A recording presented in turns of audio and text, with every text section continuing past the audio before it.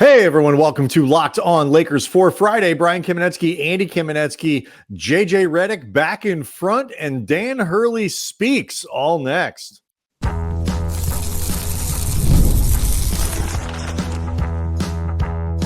You are Locked On Lakers, your daily Los Angeles Lakers podcast, part of the Locked On Podcast Network, your team every day. Thanks to everybody for making Locked On Lakers your first listen of every day, Monday through Friday, no matter how or where you get your podcast. This one's always free and never behind a paywall. And Locked On Lakers on YouTube is where over 24,000 subscribers are all hanging out, talking to each other, talking to us, leaving questions, leaving comments as attention goes back, Andy, to the coaching search. Do want to let people know that today's episode is brought to you by Prize Picks, the easiest and most exciting way to play daily fantasy sports. Go to prizepicks.com/LockedOnNBA and use the code all lowercase LockedOnNBA for a first deposit match up to $100. So Dan Hurley was on with Dan Lebitard. It was a Dan Fest today on sports. Brian, as they would say on Lebitard, a couple of Dans cutting it up. We will get into some very interesting things that came out of that conversation, but it's almost as if, Andy, the Dan Hurley episode never happened, because here we are pre-Dan Hurley. What was all the conversation? It was JJ Redick is at the forefront of the Lakers coaching pursuit. And here we are post Dan Hurley, and reports are going into the weekend that JJ Redick will interview with Pelinka and the gang formally, everyone in their dinner jackets. And we're right back to JJ Redick with a good interview, is at the forefront of the Lakers coaching search. Dan Hurley, who? I remember, what is this? I don't even know what you're talking about. Well, what I love about the phrasing that you were just reading about Redick expected to be moved to the forefront of the franchise's search with a strong performance. That's courtesy of Woj, ESPN. We've reached a place right now where everything is just about information that is very cagily presented to sound compelling, but also not get too far ahead of ourselves, because I'll be honest, I am certainly nowhere close to as inside this thing as Woj is, as Shams is, as Chris Haynes is. You're confident in saying that? As whoever. But I am confident in saying that a strong interview from JJ Redick would have moved him to the forefront of the coaching search, because my God, if by now a strong interview doesn't move you to the forefront, what the F are we doing, people? Like, we don't really have a lot of time to be like, you know what? That was a great conversation. Let's table this for 3 weeks. I could have told you that this would happen. Really enjoyed our conversation, JJ, and we will definitely bring. I am scheduled to go to Florida for a week or so. I got a timeshare that I've set aside, and I am not losing the deposit on this. So, yeah, ironically, they may be right now too busy preparing for a draft to hire a coach. Between like the JJ, draft. we would love to continue this conversation. We really got to prepare for free agency. So we'll get back to you in a few weeks. Lakers. Yeah, look. I mean, I know that in a lot of ways this is good. This is good news, because without getting into the will be dissected and probably written about, and I saw like Ethan Sherwood Strauss, who is pretty well connected and really loves these sort of media stories around the NBA, has written about it. I haven't read it or looked at it, but like, he wrote a thing about like how this Dan Hurley thing happened. Like, there's a lot of interesting stuff if you care about on his Substack. If you're on his Substack, that's going on here, but it's not super relevant entirely to what we're getting into. But when it is a good thing in some ways, because one of the things that people were concerned about with this was like, if regardless of when JJ Redick became their favorite or when Dan Hurley became the guy they were pursuing, which is sort of a lot, quite frankly, of what's at the center of this Woj versus Shams battle royale. The bigger concern for the Lakers and Lakers fans, if you're that, is like, is the other guy that you were still interested in. And if Redick is willing to come and continue this process, and is it the first interview, the second interview, the first formula? Like, again, these are details that ultimately are interesting, but not immediately relevant. Like, that's the important part. If he is their plan B, if he was the guy, the second of the two candidates that they believe in over the other guys, and we'll talk about James Borrego, who is also, according to some reports, still seen as a very viable candidate in LA. Now that could have some caveats. Andy, at least to me, it seems like it's a good thing that Redick isn't walking away from this process over the Hurley thing, which I know is something you're concerned about.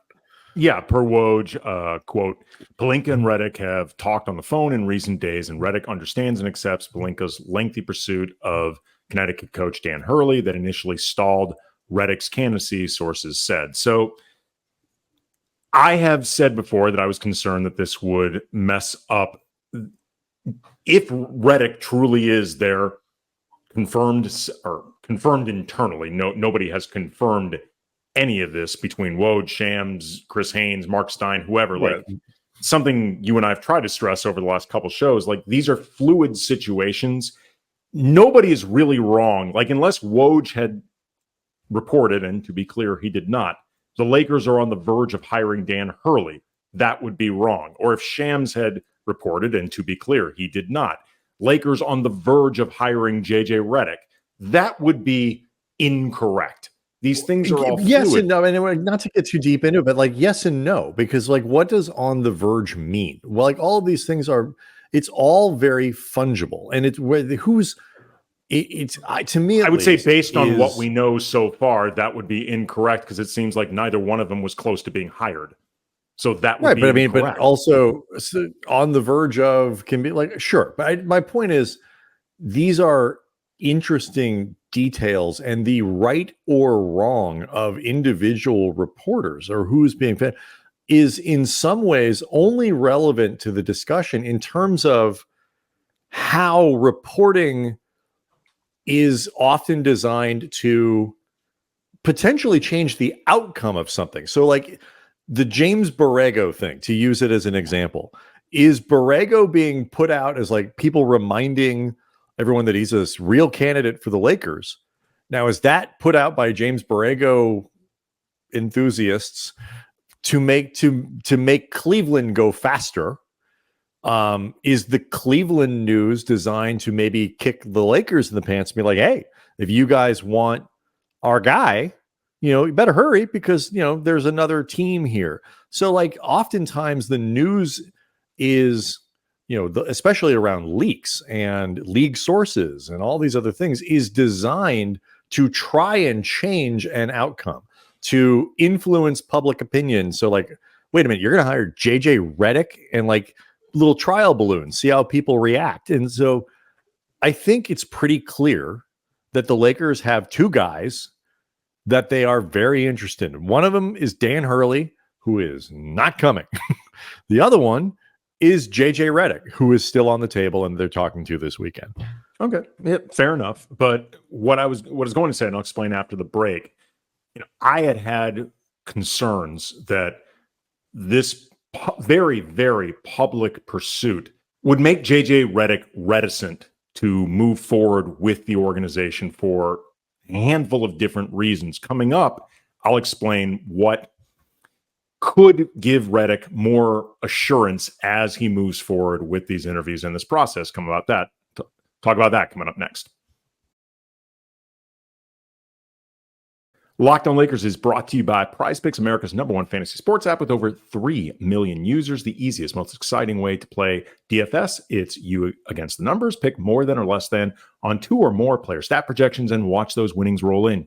You can win up to 100 times your money on PrizePicks with as little as 4 correct picks. Turn $10 into 1,000 with basketball and hockey entries today on PrizePicks, America's #1 fantasy sports app. And when the finals end, and that may actually be very soon, sorry, boo, Celtics, all that stuff, The hoops action doesn't end. Women's basketball is just getting started. Young stars like Caitlin Clark and Angel Reese, veterans like Asia Wilson, Brianna Stewart. You can win up to 100 times your money as the ladies do their thing. Prize Picks offers Apple Pay for quick and easy deposits into your account.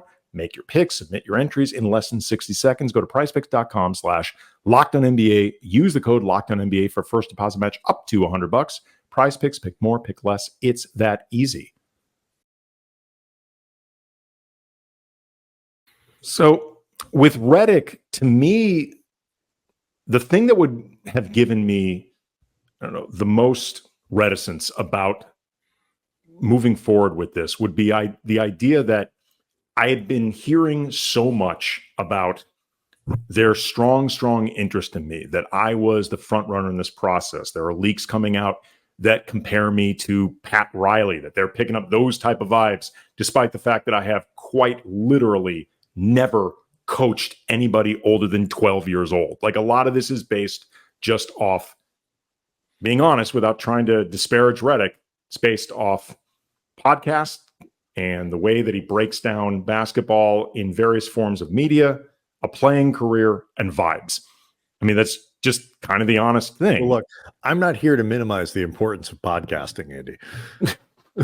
I mean, yes, I actually think more decisions about how to reward people financially should be made about the based on the quality and success of a particular podcast. For Redick, one of the big things that I would be talking about with Rob Pelinka and Jeannie Buss, that would, because I had said before, if I was Redick over the last 48 hours or whatever, I wouldn't want any part of this, because I've already got a great situation with ESPN, with my various podcasts, like a space that I've conquered very quickly.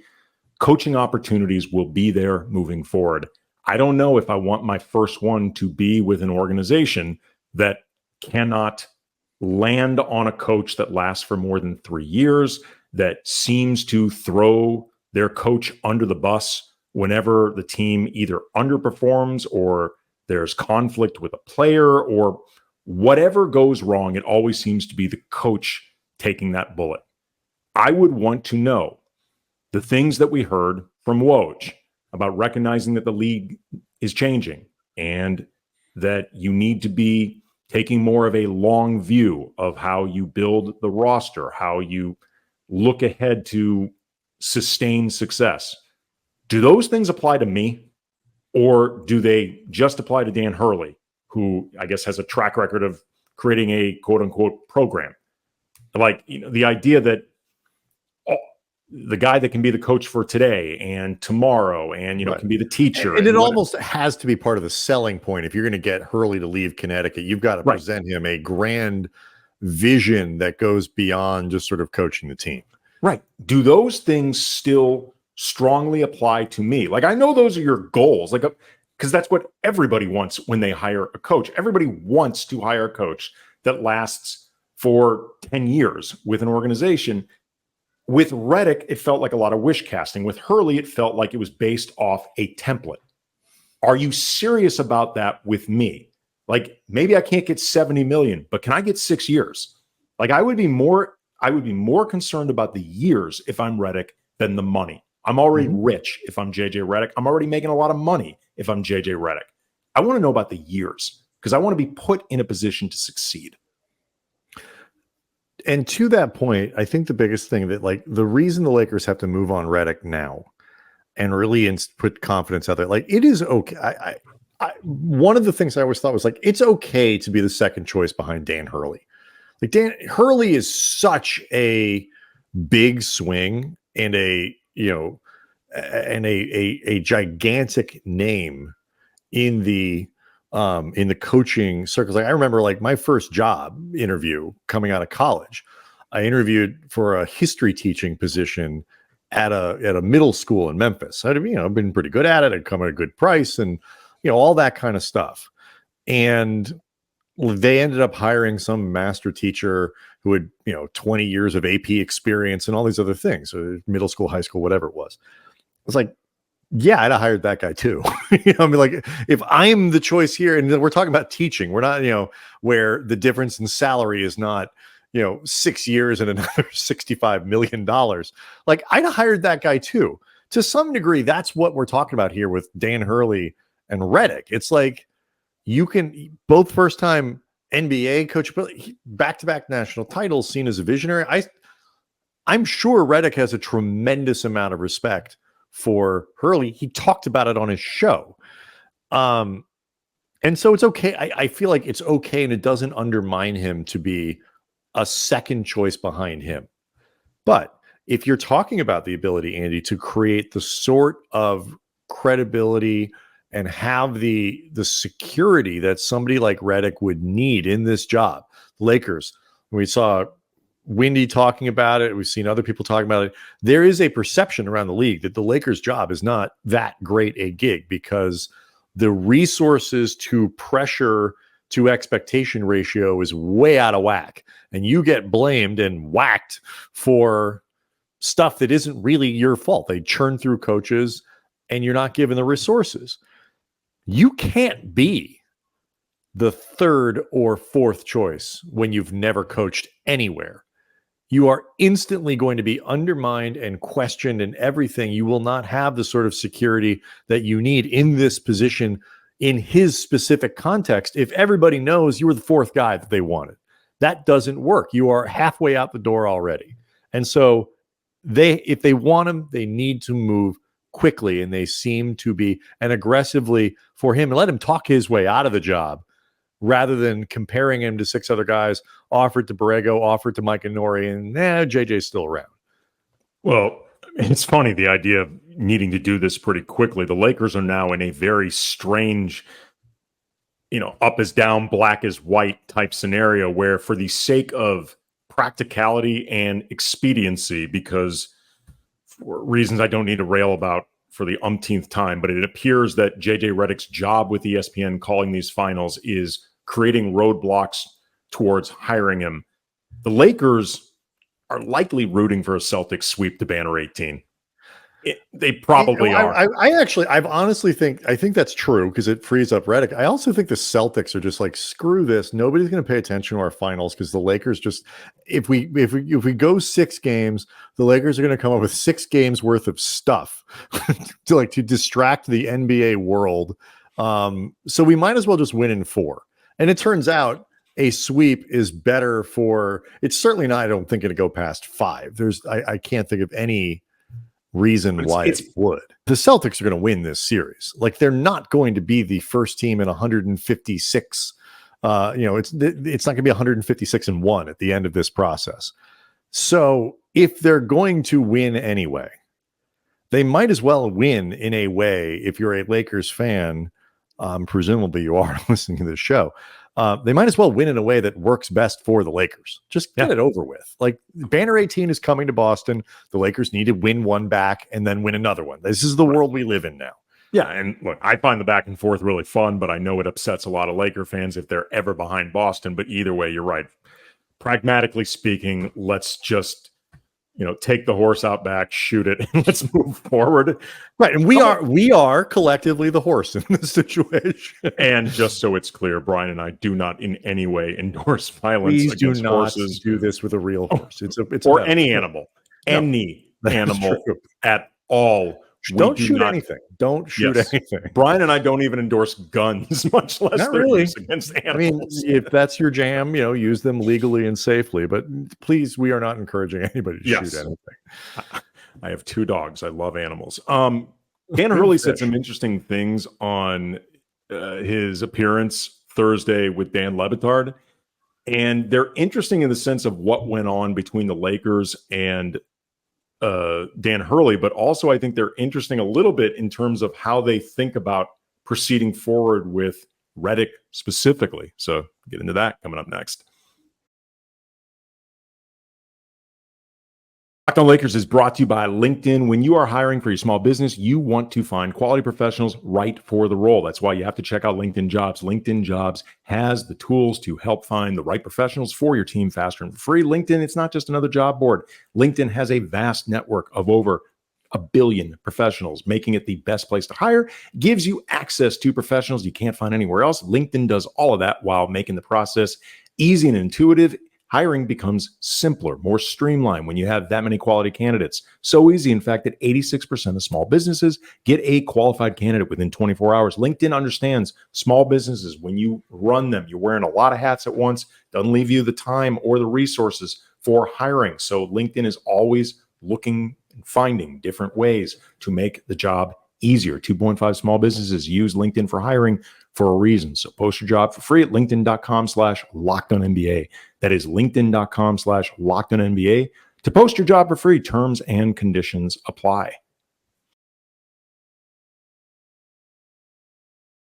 I feel like if you get a chance, you can go back and listen to it. You can find the clips, the relevant clips all over social, or just, subscribe to Dan's show.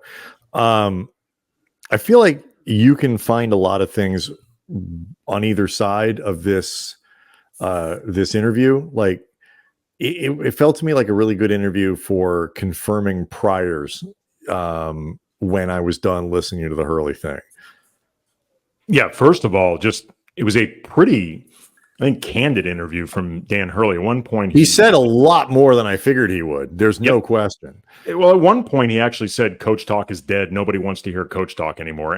And if you're going to go on a show like Lebitard, you're not going to get away with the rote responses anyway. And that's, if you want the rote responses, you don't go on that show in the first place. Mm-hmm. But there were a few things in there that I thought was really interesting. First of all, Hurley confirmed something that, our immediate reaction to the 6-year, $70 million offer, just that it wasn't enough.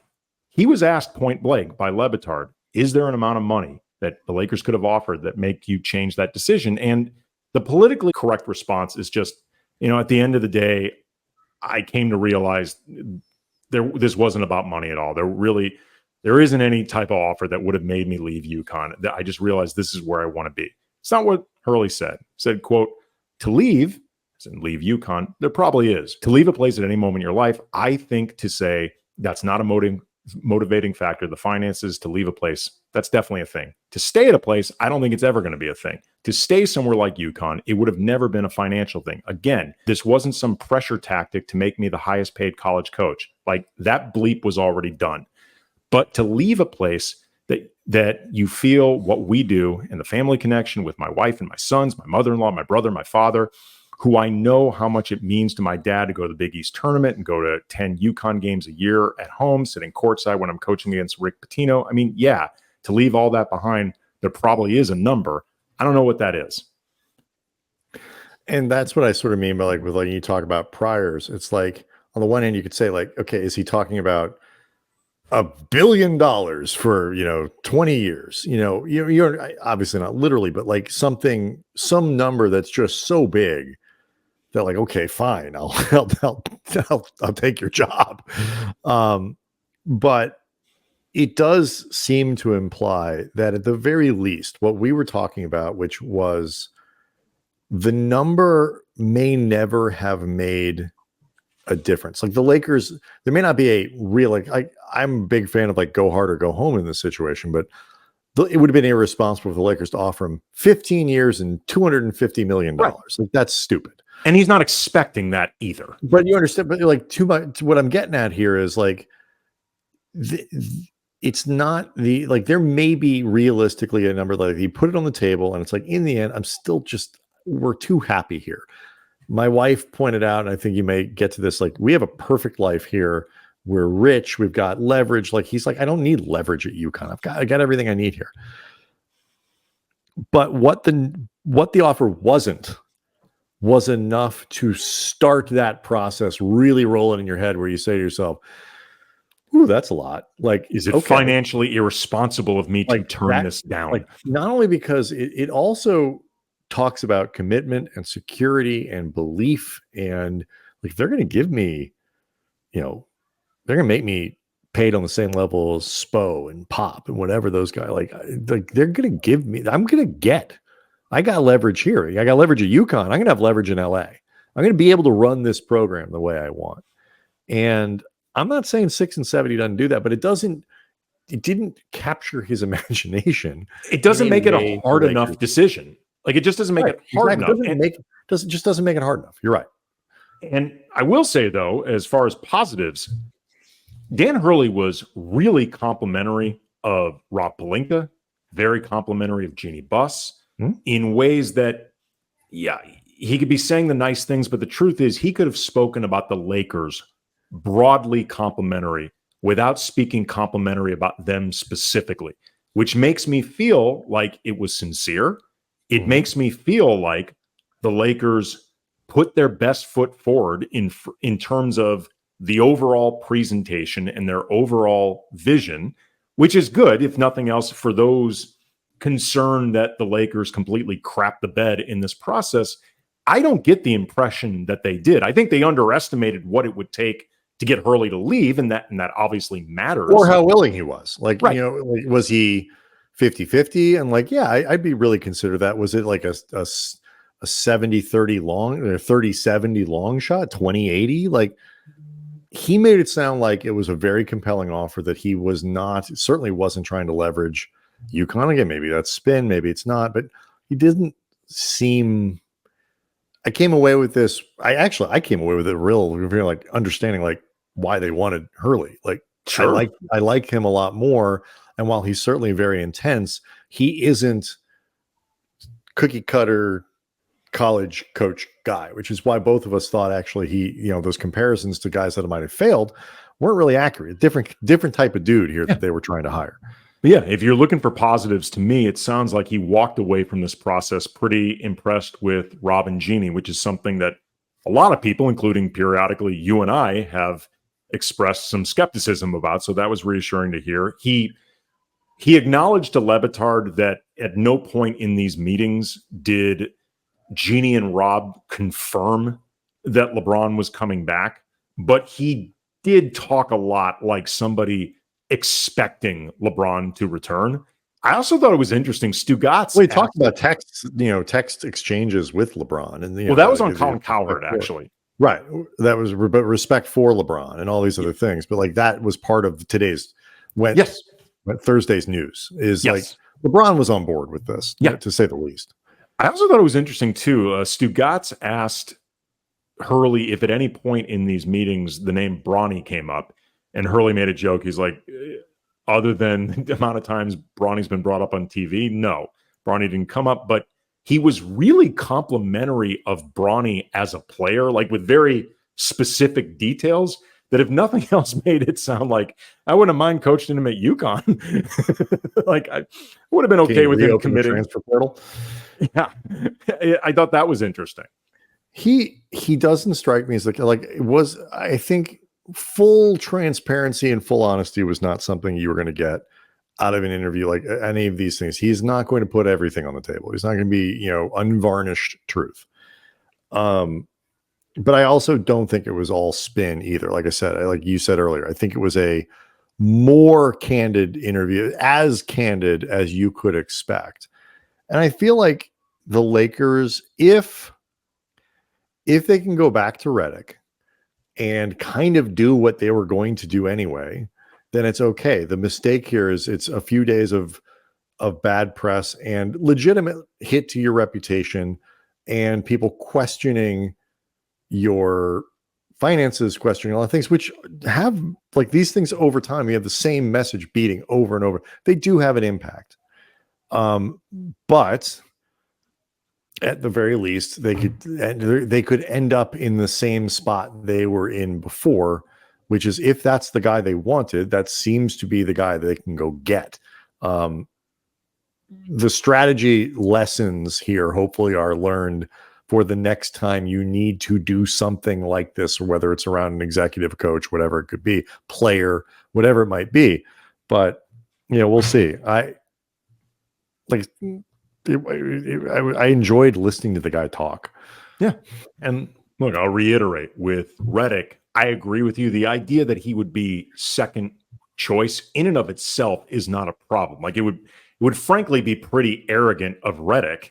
And, Redick has been accused of arrogance on more than one occasion, but it would be very arrogant of JJ Redick to assume I have to be the first choice. Like, of course, I'm the first choice guy who's never coached anybody over 12 years old. Of course, I'm the first choice. What matters is the idea that he feels like the gap in commitment between first and second choice isn't huge. Like that once you're not Dan Hurley, you go back to being the guy whose head always seems to be on the chopping block if you're the Lakers coach. If I'm Redick and I get any of those vibes, that's when I say no thanks. So how they handle it going forward is really going to be the determining factor as to whether or not they put out that vibe. Which is quite frankly exactly what they did with Frank Vogel, who just managed to out coach that for an extra year. Before they decided to not be supportive of Vogel. So anyway, locked. We will of course update. Something happens over the weekend. Hires get made. Big strong rumors, big talk, whatever. We will certainly be updating everyone as the weekend goes on. Otherwise, Locked On Lakers on YouTube is where you can go hang out with over 24,000 subscribers. Do leave us questions. Do leave us comments, and we'll see everyone on Monday.